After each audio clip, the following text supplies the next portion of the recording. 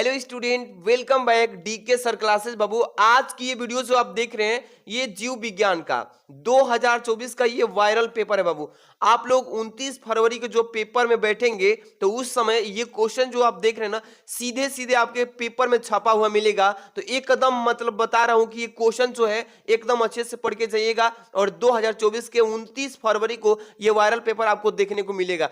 347 CM जब code का paper सामने आएगा ना तो बोलेंगे सर अब जो बता रहे थे मतलब कि ये question paper same to same फंस गया था। आज की इस वीडियो में पूरा सॉल्यूशन भी बता देते हैं, पूरा हल जो है इसका एक एक क्वेश्चन का बताएंगे। तो ये वायरल पेपर जो है काफी अच्छे से तैयार कर लीजिए और इस वीडियो को लाइक कर देना, चैनल पे सब्सक्राइब कर लीजिएगा। ठीक, देख सकते हैं ये जो पेपर आएगा सेम इसी तरीके से 29 तारीख को फरवरी में ये आपका पेपर जो है जीव विज्ञान का सेम टू सेम मिलेगा। समय रहेगा 3 घंटे 15 मिनट वाला और 70 नंबर का ये पेपर आएगा। ठीक है, इसके बाद चलिए यहाँ पे नोट जो दिया रहेगा प्रारंभ में बच्चों को पढ़ने के लिए 15 मिनट, ये सभी को पढ़ने के लिए पहले से दिया जाता है, अच्छे से पढ़ के तैयार होंगे। ये निर्देश भी दिया है कि सभी प्रश्न अनिवार्य है, एक भी छोड़ना नहीं इसमें। इसके बाद जो दिया है आवश्यकता के अनुसार अपने उत्तरों की पुष्टि नामांकित रेखा चित्रों के द्वारा करना है। इसमें जहां पे फिगर मांग रहा है बनाने का वहां पे फिगर बनाना पड़ेगा, नहीं तो नंबर काट देगा एग्जामिनर। 29 तारीख के लिए रेडी हो जाइए पेपर पढ़ के। प्रत्येक प्रश्न के निर्धारित अंक उसके सामने दिया गया है कि कौन सा प्रश्न जो है कितने नंबर का है। दिया है पहले नंबर कि सही विकल्प चुनकर अपनी उत्तर पुस्तिका में लिखिए। देखिए ध्यान से, एक एक क्वेश्चन वायरल है बाबू, अच्छे से पढ़ के चले जाना। क नंबर लिखा है कि निम्नलिखित में से कौन सी वायु प्रागण की विशेषता नहीं है। देखिए ये पेपर में एकदम अच्छे से पूछेगा ही पूछेगा कि विशेषता नहीं है, पूछा है ना इसमें। हल्के प्रागण यहाँ पे लिखा है, प्रागकण यहाँ पे लिखा है, बेहतर अनावृत पुंकेसर, और तीसरा है देखिए बृहत पिंचकी वर्तिकाग्र, इसमें से देखिए, और चौथा है अनेक विचार। यहाँ पे देखिए बाबू चौथा नंबर जो विकल्प है ये सत्य है, क्योंकि अनेक विचार जो होते हैं ना वे वायु प्रागण की विशेषता नहीं होती है। ठीक है, अगला प्रश्न देखेंगे, एक एक क्वेश्चन आप सबके लिए वेरी वेरी मोस्ट है। देखिए क्या लिखा है ख नंबर कि दांत्र कोशिका, यहाँ पर देखिए अरक्तवक्ता ग्लूटामिक अम्ल के निम्नलिखित में से किस अमीनो अम्ल के प्रतिस्थापन से होता है। क्या बोला है कि दांत्र कोशिका जो होती है अरक्ता ग्लूमेटिक अम्ल के निम्नलिखित में से, यानी चारों में से जो दिया गया विकल्प है उसमें से किस अमीनो अम्ल के प्रतिस्थापन से प्राप्त होता है। यहाँ पे देखिए लाइसिस से होता है, या मिथियोनिन से होता है, या वैक्सीन से होता है, या सेरिन से। तो ये जो है ना ये वैक्सीन के थ्रू किया जाता है, यानी दात्र कोशिका अरक्ता जो है ग्लूमेटिक अम्ल ये किसके थ्रू, अमीनो अम्ल के प्रतिस्थापन से ये वैक्सीन के थ्रू किया जाता है।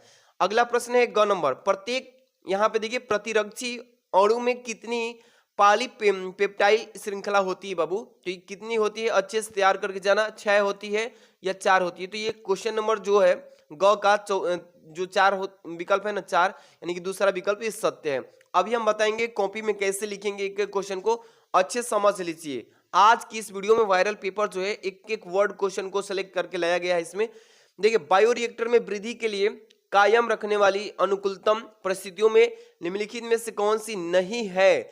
नहीं है पूछा है इसमें, तो तापमान नहीं है, कि विटामिन नहीं है इसमें, कि लवण नहीं है, कि इनमें से कोई नहीं है। देखिए इसमें से बायोरिएक्टर में वृद्धि के कायम रखने वाली अनुकूलतम परिस्थिति की बात करें तो इस चारों विकल्प में से कोई नहीं है, इसलिए चौथा हो जाएगा नन ऑफ दिस, इनमें से कोई नहीं। आइए कॉपी में कैसे लिखना है ये चीजें समझिए।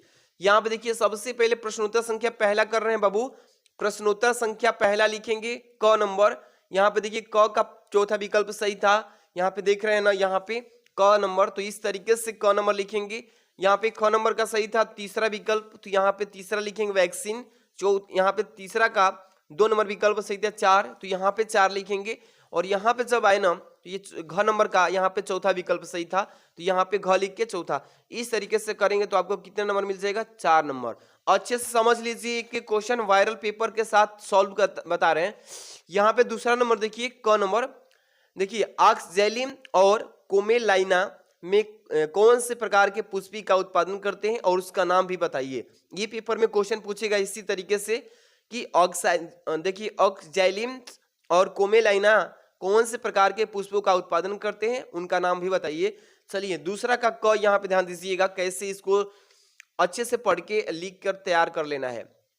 प्रश्नोत्तर संख्या दूसरा यहाँ पे देखिए क नंबर की ऑक्सैलियम और कोमेलाइनासी में यहाँ पर देखिए उन्मिलित और अनुमिलित दोनों प्रकार के पुष्प पाए जाते हैं। जैसे कि आप लोग अच्छे से इसको तैयार कर लेंगे। अब ख नंबर देखिए बाबू, ख नंबर क्वेश्चन है कि फ्रीडरिक ग्रिफिथ यहाँ पे देखिए कि किस जीवाणु का प्रयोग अपने शोध में किया था, उस जीवाणु द्वारा जनित रोग का नाम बता दीजिए। अच्छे से पढ़ के चले जाइएगा इसको। देखिएगा बाबू, सब लोग बायो के जितने भी स्टूडेंट हैं ये क्वेश्चन जो वायरल पेपर बता रहे हैं इसको अच्छे से सॉल्व करके जाना। देखिए फ्रेडरिक ग्रिफिथ के अनमोनिया रोग के जीवाणु का प्रयोग अपने यहाँ पे देखिए शोध में किया था। किसमें शोध में किया था? उस जीवाणु द्वारा जनित रोग का नाम यहाँ पे क्या दे दिया? स्टाइफोकोकस यानी कि न्यूमोनी है। ठीक है ना, इस तरीके से आपको अच्छे से तैयार कर लेना है। अगला प्रश्न सामने है ग नंबर, स्त्री जनन तंत्रों में अंडो उत्सर्जन के पश्चात अंडाशय से उत्सर्जित अंडाणुओं के संग्रह में उत्तरदायी भाग कौन सा होता है? आइए ये ग नंबर क्वेश्चन को अच्छे से समझ लीजिए। ग नंबर वाला क्वेश्चन एकदम ही मोस्ट इंपॉर्टेंट है बाबू, देख लीजिए, बढ़िया से पढ़ के चले जाना इसको। क्या है ग नंबर की स्त्री जनन तंत्र में अंडो उत्सर्ज के पश्चात अंडाशय के उत्सर्जित अंडाणु के संग्रह में उत्तरदायी भाग अंडवाहिनी या फैलोपियन नालिका का यहाँ पे देखिए झालरनुमा भाग होता है। यही बस लिखना है, इसमें अच्छे से पढ़ लेना है, एक एक क्वेश्चन को अच्छे से तैयार करके जाना है। घ नंबर देखिए, मेंडल का वंशागति सिद्धांत किन कारणों से 1900 तक अज्ञात रहा और कि नहीं, दो को लिखिए कारण को। ठीक है, यहाँ पे देखिए अच्छे से समझिए बाबू। यहाँ पे लिखेंगे पहले नंबर कि मेंडल के किसी बड़े विख्यात विश्वविद्यालय से संबंधित नहीं थे, बल्कि वे एक छोटे से यानी कि पट्टारी अथवा शिक्षक के रूप में क्या थे? कार्यरत थे। बस इतना लिख देंगे। और दूसरा नंबर देखिए इसी में कि उन्होंने अपने शोध परिणाम को एक ऐसे स्थानीय पत्रिका या जर्नल में प्रकाशित करवाया जिसका वितरण यहाँ पे सीमित था। बस समझ में आ गया। इसके बाद अगला क्वेश्चन देखिए बाबू, इसमें अंग नंबर दूसरा का क्या है? इसमें यहाँ पर नत्रजन स्थिरीकरण के लिए यहाँ पे उत्तरदायी की नहीं, दो साइनोबैक्टीरिया के नाम भी बताइए। इसको अच्छे से पढ़ के जाना। इसका उत्तर यहाँ पे देखिए कैसे लिखेंगे। साइनोबैक्टीरिया एक नास्टाक हो जाएगा, एक एना बिना हो जाएगा। बस यही लिख देना है, आपका हो जाएगा नंबर। इसके बाद जो चलते हैं बाबू 3 नंबर से, क्वेश्चन नंबर 3 से देखेंगे क नंबर की मटर के लंबे पौधे के जीनोटाइप निर्धारण में किस प्रकार का संकरण किया जाता है, इसकी व्याख्या कीजिए। मोस्ट इंपॉर्टेंट है 2 नंबर वाले क्वेश्चंस। आइए इसका सॉल्यूशन यहाँ पे देख लीजिए। एक एक क्वेश्चन का सॉल्यूशन अच्छे से करके चले जाना है। ठीक है, यहाँ पे लिखेंगे क नंबर तीसरा प्रश्न का कि मटर के लंबे पौधे के यहाँ पर जीनोटाइप निर्धारण में यहाँ पर देखिए परीक्षारी संकरण का निर्धारण प्रयोग किया जाता है जब F1 पीढ़ी का क्रॉस हम अप्रभावित जनक के साथ करा देते हैं, उसे परीक्षारी संकरण भी कहते हैं। बस ऐसे इस प्रश्न का उत्तर दे देना है। अगला प्रश्न चलेंगे बाबू। ख नंबर देखिए, सह यहाँ पे लिखा है सह विलुप्तता की व्याख्या कीजिए। सह विलुप्तता की व्याख्या कर देना है प्यारे स्टूडेंट। यहाँ पे ख नंबर ध्यान दीजिएगा। क्या लिखेंगे कि सह विलुप्तता का यहाँ पे परिभाषा लिखेंगे, तब से एग्जाम्पल लिखेंगे। ठीक है ना, कि जब एक जाति विलुप्त हो जाती है, तो उस पर आधारित जो दूसरी जाति या पादप जातियां होती हैं विलुप्त हो जाती हैं। इसी तरीके से उदाहरण के रूप में देखें तो परपोषी मत्स्य जाति एवं उसके परजीवी होते हैं। बस ऐसे ही अच्छे से पढ़ लेना है। ये क्वेश्चन जो बता रहा हूं पेपर ना, एकदम अच्छे से पढ़ के जाना है आप सभी को। अगला देखिए बाबू, इसमें ग नंबर देखिए क्या बोला है, इसमें अच्छे से पढ़ लेना इसको कि प्रतिरक्षी अणु की संरचना केवल चित्र बताइए। देखिए आपको चित्र बनाना है। इसमें प्रतिरक्षी जो अणु होता है ना, उसकी यहाँ पे संरचना बोलेगा और कहेगा कि चित्र बनाइए, तो आपको चित्र भी थोड़ा अच्छे से बना देना है बाबू। चित्र वाला मैं वीडियो आज लेके आने की कोशिश कर रहा हूँ, जितने भी चित्र वाले छूटे हैं सबका। ठीक है, घ नंबर देखिए यहाँ पे लिखा है लैक प्रचालक, यानी कि लैक प्रचालक ओपेरान में जेड जो होता है, जेड एवं वाई जो होता है, जिन किस एंजाइम का कूटन लेखन करते हैं उसके कार्यों का उल्लेख कीजिए। इस तरीके से पेपर में आएगा, अच्छे से तैयार कर लीजिएगा इसको। यहाँ पे अंग नंबर देखिए कि ब्रह्मपूर्णता की परिभाषा दीजिए। बहुव्रूहणता जो होता है, इसको परिभाषा देना है इसका, अच्छे से पढ़ लीजिएगा इसको। 4 नंबर का क देखिए, आभासी फल एवं वास्तविक फल में क्या अंतर होता है, सेब किस प्रकार की कोटि का फल है और क्यों है, एकदम 100% ये क्वेश्चन इस बार आएगा 29 फरवरी को पेपर में। ये वाला जो क्वेश्चन मैं पढ़ा ये करेक्ट आएगा, पढ़ के आंसर याद कर लीजिएगा शॉर्टकट में। मेंडल ने अपने प्रयोगों में मटर के पौधे का चयन क्यों किया था, बताइए कि मेंडल जब प्रयोग किया था तो उस समय मटर के ही दाने का प्रयोग क्यों किया था पौधे का, इसको अच्छे से पढ़ के चले जाना। इसके बाद जो है ग नंबर, यहाँ पे लिखा है ना कि बिलोडित हॉच रिएक्टर की व्याख्या कीजिए। क्या बोला है बाबू कि बिलोडित हॉच रिएक्टर की व्याख्या कीजिए। इसके बाद घ नंबर, संभार तंत्र वृद्धि की व्याख्या समीकरण के द्वारा करना है इसमें, कि संभार तंत्र वृद्धि की व्याख्या कैसे किया जाता है, अच्छे से पढ़ के जाना, 100% पूछा जाने वाला क्वेश्चन है बाबू। इसके बाद चलेंगे 5 की क प, अंड जनन के व्याख्यात्मक चार्ट का आरेखीय चित्रण कीजिए। इसमें अंड जो जनन है उसका व्याख्यात्मक चार्ट बनाना है कि कितने भागों में होता है, इसका प्रकार कैसे होता है, इसकी निरूपण कर देना है बस। इसके बाद जो है 5 का ख, कि सक्रिय प्रतिरक्षा एवं टीकाकरण पर संक्षिप्त टिप्पणी लिखिए। सक्रिय प्रतिरक्षा जो होता है और टीकाकरण जो होता है, इस दोनों पे आपको संक्षिप्त में बस टिप्पणी लिख देना है, अच्छे से पढ़ के चले जाना।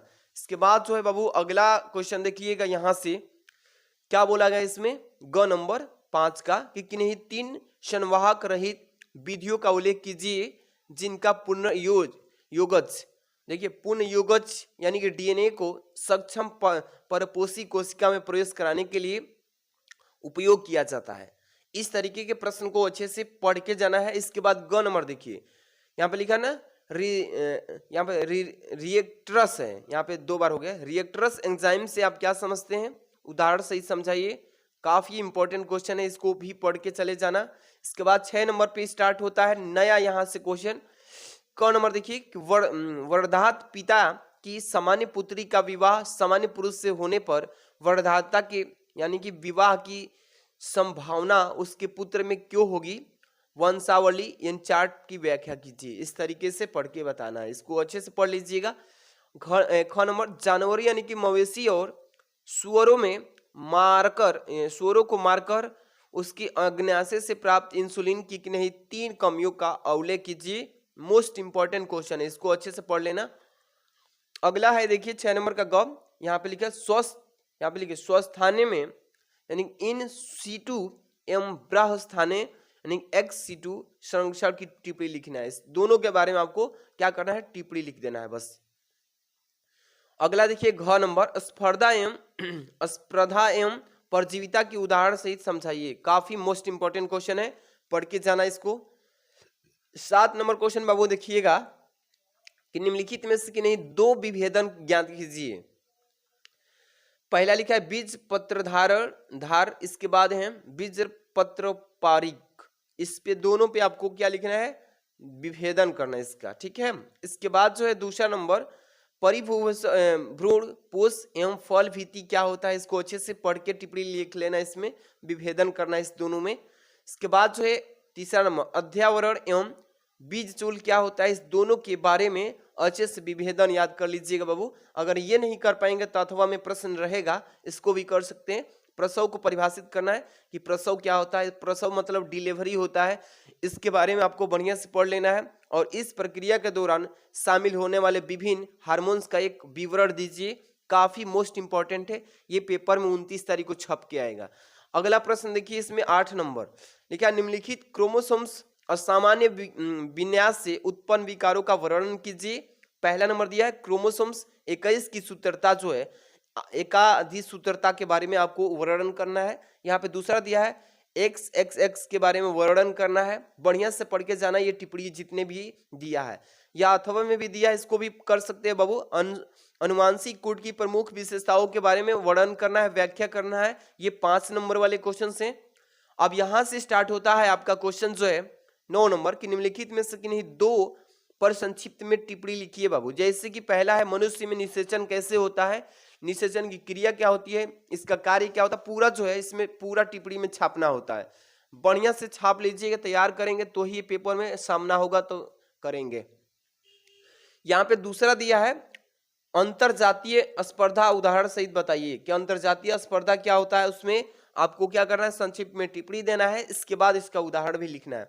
तीसरा नंबर दिया है कि मानव जीनोम परियोजना क्या है, इसके बारे में अच्छे से टिप्पणी लिखिए, एकदम पेपर में आएगा ही आएगा। इसके बाद अथवा में भी दिया है कि नहीं कर पाएंगे ऊपर वाला टिप्पणी वाला, तो नीचे जो है प्रश्न को करिए अथवा में किस, यहाँ पर देखिए स्पर्शन संदमन क्या है और सामान्य कोशिकाएं किस प्रकार कैंसर कोशिकाओं में रूपांतरित हो जाती है, उदाहरण के माध्यम से समझाना है। इसमें काफी मोस्ट इंपॉर्टेंट क्वेश्चन इस वीडियो में बताया है मैंने। ये वायरल जो पेपर आप देख रहे हैं बाबू, एकदम अच्छे से पढ़ लीजिएगा। जो भी क्वेश्चन का मैं सोल्यूशन नहीं बताया हूं आगे 3 नंबर के बाद से, आप लोग अच्छे से पढ़िएगा, कोशिश कीजिएगा इस वीडियो में से क्वेश्चन का निचोड़ जो है निकाल के पढ़ लेना। 29 फरवरी को ये क्वेश्चन जब बन के आएगा तो अच्छे से सॉल्व करेंगे। इस वीडियो को लाइक कर लीजिए, चैनल पे सब्सक्राइब कर लीजिएगा। अभी नेक्स्ट वीडियो लेके आ रहे हैं इंग्लिश का। Thanks for watching.